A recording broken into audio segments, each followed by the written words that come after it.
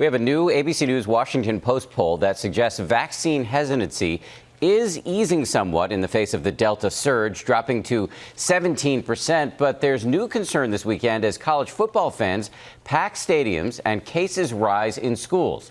ABC's Trevor Ault is in Brooklyn, New York, with much more on all of this. Trevor, good morning to you.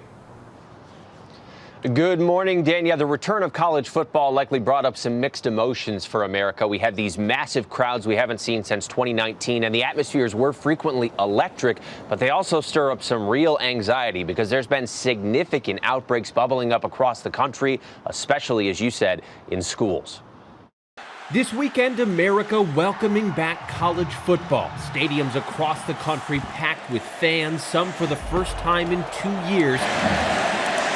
With students heading back to campus, some universities are already seeing a surge in COVID cases. It was really unfortunate when we came here and COVID started exploding. Everyone's really nervous, and it's a scary situation. And the problems stem far beyond colleges. The Delta variant driving up cases, particularly among the unvaccinated, leading some schools coast to coast to temporarily shutter their doors. In Texas alone, ABC station KTRK reporting at least 45 school districts with more than 40,000 students have shut down in-person learning because of COVID infections. I think Delta variant being more contagious than previous, variants of the coronavirus is just kind of a game changer for pediatrics. Doctors in Texas say short-term closures could slow but won't stop a surge, calling for tighter restrictions when students return. I do think this is evidence that we ought to have masking in classrooms for teachers and for students.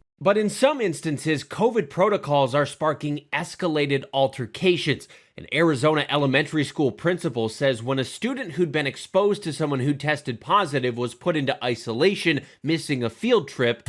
So we're going to confront them, tell them they're breaking the law. The student's father and two other men allegedly showed up at her office with zip ties, saying they were going to arrest her. We're willing to make a citizen's arrest if necessary. The school district now says it's exploring a possible restraining order using these videos recorded by one of the men. I felt threatened. There were 3 large men in my office. I felt violated.